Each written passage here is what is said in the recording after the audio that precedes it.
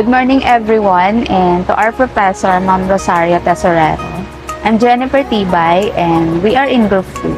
Today, we are going to discuss team management. So what is team management? Team management is the process of managing a group of people to achieve common goals. This can be done in a variety of ways, but most importantly, you must take many factors into account in order for everything to run smoothly. It includes interaction, setting goals and objectives, appraisal based on performance, and teamwork.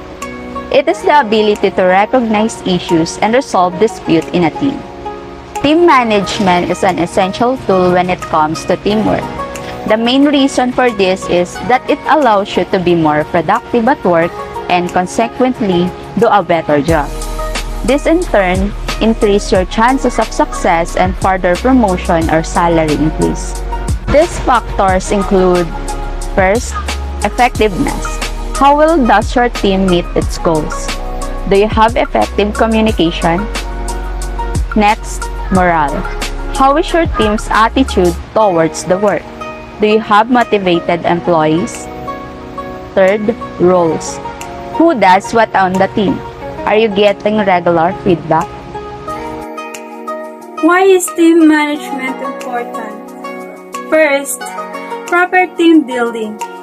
Assigning the right task or job according to the member or employee's educational qualification and personality trait is essential for the whole team and squeeze out maximum efficiency. This is why previous education is important for employees too. Second, noticeable boost in productivity.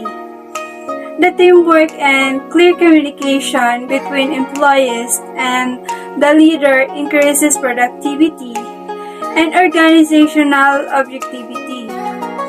When the members get a clear vision of their responsibility, it is better to focus on their task. Third, opportunity to explore. The teamwork promotes learning and offers an exploration of new ideas and perspectives. Furthermore, cooperation suggests an exchange of skills, which leads to different results for further success in the various domains of life. Number 4, the satisfaction of consumers. The increased productivity and exploration of unique perspective.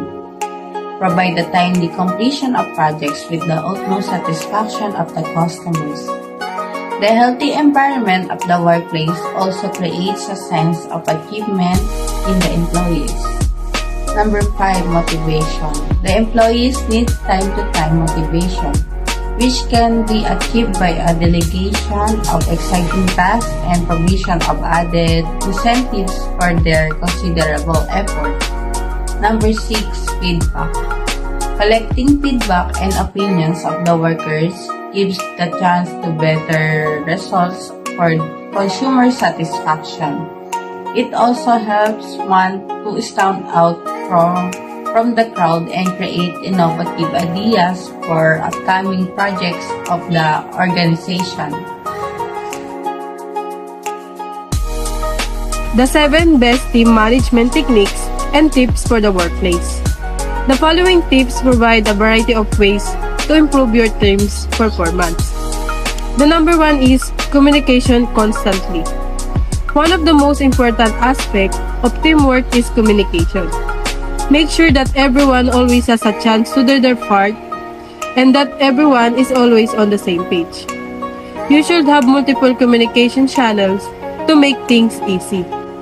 A great way to improve communication is to create a virtual chat room where everyone can discuss whatever they want about the project.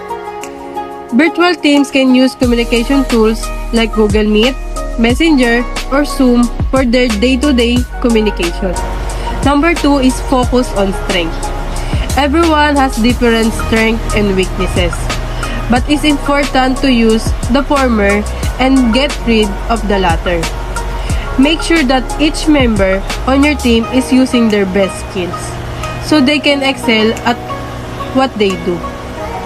Many people want to improve their weaknesses. This is fine, but is often much more productive and time efficient to double down on strength. The number 3 is build a good rapport with team. Building a strong relationship with your members or employees is one of the most important steps in effective teamwork. They should feel like you care about their success and that you value them as a people. A great way to begin building a relationship is by getting to know your employees beyond work. This does not always have to be a full-on hangout session. It can be as casual as playing video games together or perhaps even going for coffee. You can also incorporate team building activities. Set clear expectations. Clear expectations are vital to good teamwork. Make sure that every member of your team knows exactly what you expect them to do and how they're supposed to go about doing it. As a team manager, a great way to set clear expectations is by creating a job description or job breakdown. This essentially states exactly what's expected of somebody with their particular role. It makes sure that everybody knows their role. Create achievable goals. If your team doesn't feel like they're doing anything worthwhile, they lose interest in the work that they do. Put simply, nobody likes to sit around and twiddle their thumbs. You need to create goals for your team so that there's always something for them to do. A great way to ensure that your goals are achievable is by taking a collaborative approach. You can create a team goal and then work with your employees to split up the individual tasks which need to be completed in order for it to be achieved. Number 6. Encourage positivity and enthusiasm. Teamwork requires positivity and enthusiasm if all of your members are disinterested. The changers or the team won't be very productive. Making sure that everybody is excited about their work is vital to good teamwork. Get feedback about your leadership style. A great way to encourage positivity and enthusiasm is by rewarding success. Make sure that when an employee performs well, they get recognized for it within the team. This will make them feel valued, which in return will make them more enthusiastic about the work they do. 7. Don't tolerate poor performance. Just because somebody is directly on your team doesn't mean that you shouldn't expect anything from them. You don't need to create a good environment where everybody works together and is productive. Don't tolerate poor performance from anybody. A great way to encourage good performance is by encouraging strong leadership. If you have a senior member of your team who's always willing to help their colleagues, your team will become more productive as well.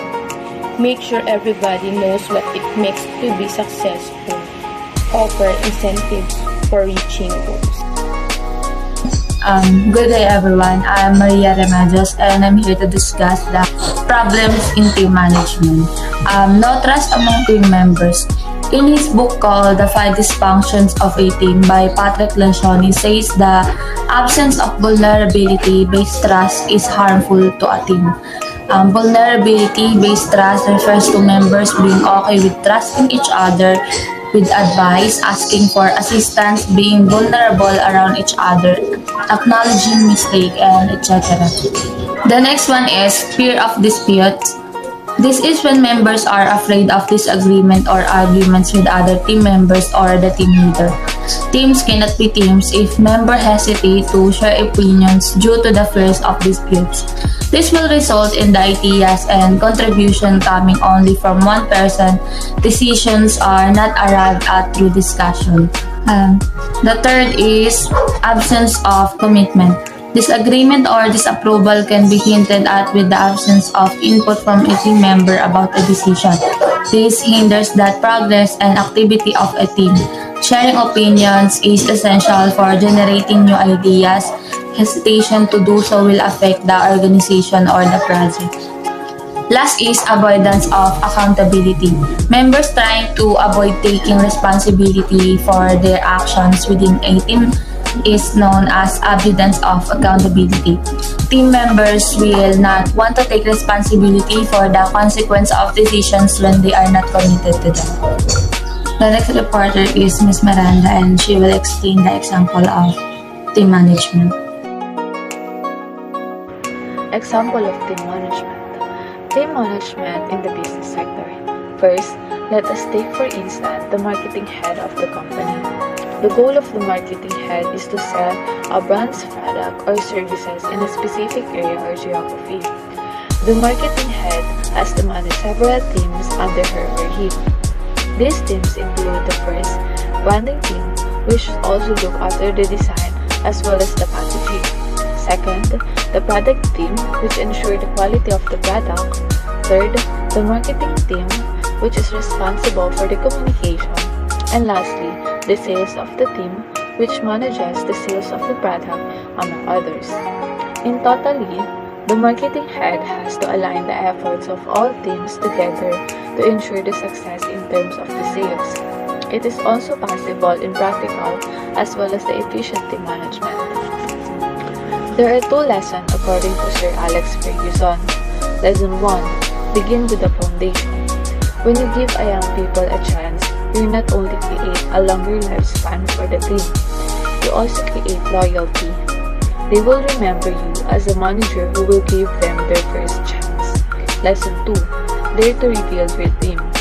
The hardest thing is to let go of the player who has been a great guy, but all the evidence on the field. If you see the deterioration, you have to wonder what things will be like in 2 years.